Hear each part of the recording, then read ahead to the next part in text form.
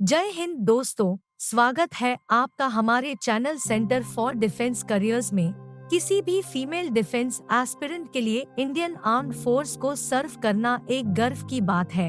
आज के समय पर देश में लड़कों के साथ साथ लड़कियां भी देश सेवा में बढ़ चढ़कर अपनी अहम भूमिका निभा रही है। तो आज की इस वीडियो में हम उन मेन एंट्रीज के बारे में बात करेंगे कि जिससे कोई भी female candidate Indian armed forces को ज्वाइन कर सकती है और साथ ही अपने देश की सेवा कर सकती है। तो बिना किसी देरी के चलिए शुरू करते हैं वीडियो। फीमेल कैंडिडेट के लिए डिफेंस की पहली एंट्री है एनडीए। इस एग्जाम को मेल और फीमेल कैंडिडेट दोनों अप्लाई कर सकते हैं और एनडीए एग्जाम के जरिए कैंडिडेट तीनों armed force, Indian army, Indian navy और इंडियन एयर फोर्स में जा सकते हैं। एनडीए के लिए कैंडिडेट की एज लिमिट 16.5 साल से 19.5 साल तक है। 2021 से पहले एनडीए को कोई भी फीमेल कैंडिडेट अप्लाई नहीं कर सकती थी। 2021 के जजमेंट के बाद से अब सभी female candidate NDA entrance exam को दे सकती है और उस एग्जाम को क्लियर करके इंडियन आर्म्ड फोर्सेस को ज्वाइन कर सकती है। फीमेल कैंडिडेट के लिए डिफेंस सर्विसेज में जाने की दूसरी एंट्री है सीडीएस एग्जाम। इस एग्जाम को भी एनडीए की तरह यूपीएससी ही कंडक्ट करती है। इस एग्जाम को भी मेल और फीमेल कैंडिडेट दोनों अप्लाई कर सकते हैं। फीमेल कैंडिडेट इस एग्जाम को क्लियर करने के बाद ओटीए यानी ऑफिसर ट्रेनिंग एकेडमी में एंटर करती है। सीडीएस ओटीए के लिए कैंडिडेट की एज लिमिट 19 से 25 साल तक है। थर्ड नंबर की एंट्री है मिलिट्री नर्सिंग सर्विस यानी एमएनएस।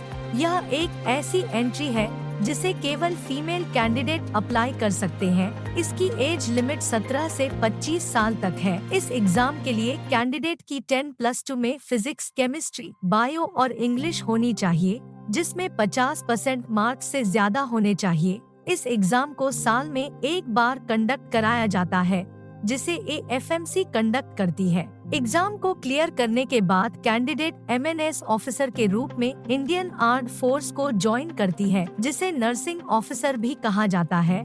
इस एग्जाम का भी प्रोसीजर अन्य एग्जाम की तरह ही होता है। इस एग्जाम में सबसे पहले आपका रिटन होता है, उसके बाद एसएसबी, देन मेडिकल और एंड में जाकर ऑल इंडिया मेरिट लिस्ट तैयार होती है। अगली एंट्री है एसएससी टेक्निकल एंट्री। इस एंट्री को मेल और फीमेल दोनों ही कैंडिडेट अप्लाई कर सकते हैं। इसकी एज लिमिट 20 से 27 साल तक है। साथ ही कैंडिडेट ने बी या बीटेक किया होना चाहिए। हर स्ट्रीम की अलग अलग कट ऑफ होती है और क्वालिफाइड कैंडिडेट को एसएसबी के लिए बुलाया जाता है। अगली है एनसीसी स्पेशल एंट्री। इस एंट्री के लिए कैंडिडेट की एज 19 से 25 साल तक होनी चाहिए और साथ ही कैंडिडेट के पास एनसीसी का सी सर्टिफिकेट होना चाहिए, जिसके जरिए आप डायरेक्ट एसएसबी इंटरव्यू दे सकते हैं। अगली है जैग एंट्री, जिसे जज एडवोकेट जनरल कहा जाता है। यह एंट्री लॉ कर रहे कैंडिडेट के लिए होती है। इसमें कैंडिडेट को कम से कम 55% मार्क्स अपने एलएलबी डिग्री में लाने होते हैं। अगली है एफकैट एंट्री। इस एंट्री के जरिए female candidate Indian air force में शॉर्ट सर्विस कमीशन के रूप में ज्वाइन करती है। इस एंट्री के जरिए female candidate technical, non technical और मेट्रोलॉजी के लिए एलिजिबल रहती है। साथ ही कैंडिडेट की एज 20 से 24 साल के बीच होनी चाहिए।